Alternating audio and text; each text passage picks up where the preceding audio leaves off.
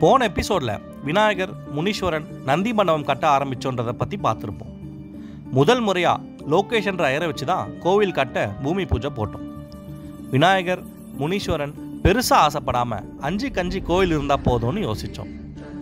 பஞ்சநந்தி மண்டபம் 7 வச்சு கட்ட ஆரம்பித்தோம். கோவில் கட்டுற பொறுப்பு விக்கியோடையது. அவன் கிட்டத்தட்ட 1 லட்ச ரூபா மேலே செலவு செஞ்சான். எங்களுக்கு கோவில் கட்ட சிலர் பொருள் உதவியும் செஞ்சாங்க. மக்களும் எங்களுக்கு ரொம்ப உறுதுணையாக இருந்தாங்க. ஏன்னா நாங்கள் அப்போ ரொம்ப சின்ன பசங்க. அப்போ தான் காலேஜே முடித்தோம். சின்ன பசங்க கூட பார்க்காம எங்களை நம்பி எங்கள் ஆர்வத்தை பார்த்து எதுவும் யோசிக்காமல் உதவி செஞ்சாங்க. நாங்களும் அவங்க நம்பிக்கை வீண் போகாதபடி எல்லாத்தையும் நடத்தி முடித்தோம். அது மட்டும் இல்லைங்க, எங்களோட முதல் திட்டமே இந்த 3 சன்னதியும் கட்டிட்டு டாப்பில் சீலிங் பதிலாக ஷீட்டு போடுறதா தான் எங்கள் பிளானாகவே இருந்தது. விவேக்கோட அம்மா இந்த விஷயத்துக்கு உதவி செஞ்சாங்க. அதுக்கப்புறம் தான் நாங்கள் டாப்பில் சீலிங் போடவே ஆரம்பித்தோம். அந்த 3 சீலிங்கை பார்க்க சிம்பிளாக தான் தெரியும். அது ஸ்ட்ராங்காக இருக்க அதிகமாக ஆழம் போட்டு வருங்காலத்தில் பிரச்சனை இருக்கக்கூடாதுன்னு அதுக்கு அதிகமாக கம்பி போட்டு கட்டணும். இந்த 3 சந்நிதியும் கட்டும்போது எங்களுக்கு இவ்வளோ காசு ஆகும்னு நாங்கள் நினைக்கல. பணமும் இஷ்டத்துக்கு செலவாகிட்டு இருந்தது. ஆனால் அந்த 3 கோவிலையும் கட்டும்போது எங்களுக்குள்ள ஒரு இனம் புரியாத சந்தோஷம் ஏற்பட்டது. 3 கோயிலையும் எப்படி கட்டுறாங்கன்னு பக்கத்துலேயே உட்காந்து ஆவலோட பார்த்துட்ருக்கோம். ஆனால் நாங்கள் முதல்ல போட்ட பிளான் என்னன்னு உங்களுக்கு தெரியுமா? 3 கோயிலையும் ஏரியில் தண்ணி ஏறதுக்குள்ள இடுப்பளவுக்கு மட்டும் கட்டி முடிக்கலான்னு தான் இருந்தோம். ஆனால் இறைவன் அகத்தீஸ்வரரோட அருளால் கோவில் முழுமையாக கட்டி முடித்தோம். எங்களுக்கு நினச்சி பார்க்க முடியாத அளவுக்கு சந்தோஷமாக இருந்தது. நாங்கள் எல்லாரும் சேர்ந்து கட்டின முதல் கூடு அதுதான்.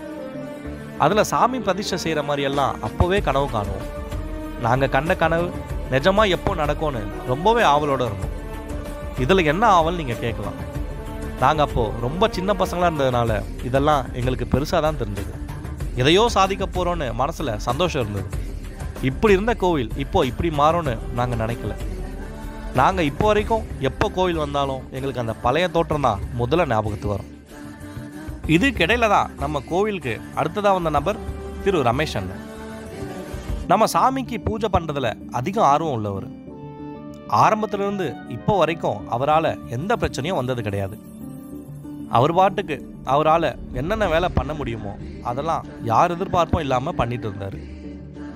பிரதோஷம் சமயத்தில் விவேக் பூஜை செஞ்சு முடித்ததுக்கப்புறமா அவர் தான் சாமி கும்பிட ஒரு மடியார்களுக்கு ஆரத்தி எடுப்பார்.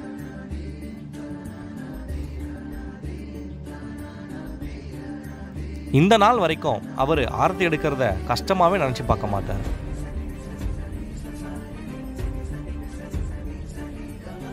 பக்தர்களுக்கு கடைசியாக சாமி மேலே இருந்த பூவை எல்லாம் கட் பண்ணி கொடுப்பார்.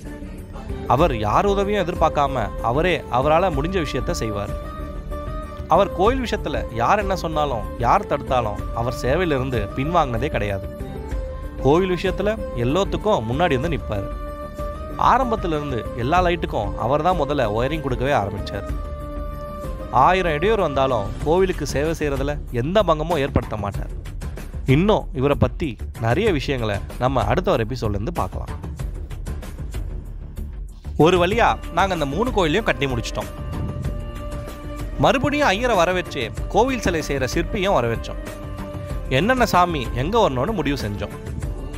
சிலை செய்யும் பத்திரம் தயார் செய்யப்பட்டது. ஆரம்பத்தில் எந்தெந்த சாமி நாங்கள் கணக்கு போட்டோன்னு முதல்ல சொல்கிறேன்.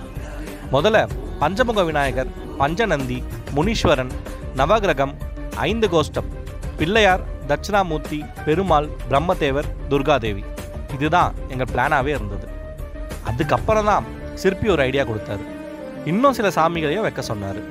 சப்தகன்னி, குரு சிலைகள், கற்பக விநாயகர், வள்ளி தேவானி சுப்பிரமணியர் இவங்களும் இருக்கணும்னு சொன்னார். எங்களுக்கு கொஞ்சம் கஷ்டமாக இருந்தது. எக்ஸ்ட்ரா சிலை வேணும்னு எங்களுக்கு ஷாக்கு கொடுத்துட்டார்.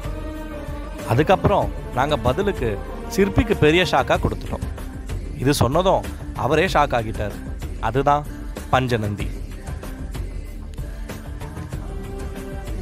சிற்பி நந்தின்னு சொன்னதும் சாதாரணமாக எல்லா கோயிலில் இருக்க நந்தின்னு நினச்சிட்டார். ஆனால் நாங்கள் ஒரு பிளானில் இருக்கிறது அவருக்கு தெரியாமல் போயிடுச்சு. நாங்கள் இந்த 5 நந்தியும் சொல்லும்போது அவர் பிரமிச்சிட்டார். சிற்பி யார் உங்களுக்கு இந்த யோசனையெல்லாம் கொடுத்ததுன்னு கேட்டார். நாங்கள் எங்கள் குருன்னு சொன்னோம். இதை கேட்ட அந்த சிற்பி இதை சொல்கிறவர் சாதாரணமாக இருக்கிற மனுஷன் இல்லைன்னு சொன்னார். அவரை பார்க்கலாமான்னு கேட்டார். ஆனால் நம்ம குரு தான் யாரையுமே பார்க்க மாட்டாரே, அவரை பார்க்க முடியாதுன்னு சொல்லிட்டோம். இதை புரிஞ்சுக்கிட்ட ஐயர் அவர் காட்டுற வழியில் போங்கன்னு சொன்னார். ஆனால் சிற்பி ஒரு விஷயம் மட்டும் கேட்டார். இந்த 5 நந்தியுமே நான் எங்கேயுமே பார்த்தது கிடையாது, பார்க்காத ஒரு விஷயத்தை எப்படி செதுக்க முடியும்னு கேட்டார். அந்த நந்தியோடைய வரைபடம் தேவைப்படும்னு சொன்னார். அவர் கேட்ட உடனே எங்களுக்கு ஒரு நிமிஷம் என்ன பண்ணுறதுனே புரியலை. விவேக் அப்போவே ஒரு சில படம்லாம் நம்ம கோயிலில் வரைஞ்சிருக்கான், அதனால் நாங்கள் விவேக்கே வரைஞ்சி கொடுக்க கேட்டோம். விவேக்கும் அந்த 5 நந்தியையும் வரைஞ்சி சிற்பிக்கிட்ட கொடுத்தான். சிலையோட டாக்குமெண்ட்டை நாங்கள் ரெடி பண்ண ஆரம்பித்தோம். உங்களுக்காக நாங்கள் அதை படித்து காட்டுறோம், ஏன்னா இதெல்லாம் நீங்கள் கண்டிப்பாக தெரிஞ்சுக்கணும். திருவள்ளூர் மாவட்டம் பூந்தமல்லி வட்டம் செம்பரவாக்கம் ஊராட்சி பழஞ்சூர் கிராமம். எம்ஜிஆர் தெருவில் இருந்தலிருக்கும் திருப்புர சுந்தரி அம்மை உடனுரை அகத்தீஸ்வரர் திருக்கோவில் கருங்கல் சிற்ப திருப்பணி துவக்கம் தை மாதம் 24ஆம் தேதி 6/2/2017 திங்கட்கிழமை அன்று கிராமத்தார் முன்னிலையில் கருங்கல் சிற்ப திருப்பணி துவங்கப்படுகிறது. காஞ்சிபுரம் மாவட்டம் திருக்கரகுன்றம் ஒரங்கடம் பெரிய தெருவில் வசிக்கும் வி நீலகண்டன் சக்தி அவர்களை காஞ்சிபுரம் மாவட்டம் ஸ்ரீபெரும்புத்தூர் வட்டம் நடுவிராப்பட்டு ஊராட்சி நேதாஜி தெருவில் வசித்திருக்கும் எம் லோகேஷ் ஐயர் அவர்களால் அறிமுகப்படுத்தப்பட்டார்.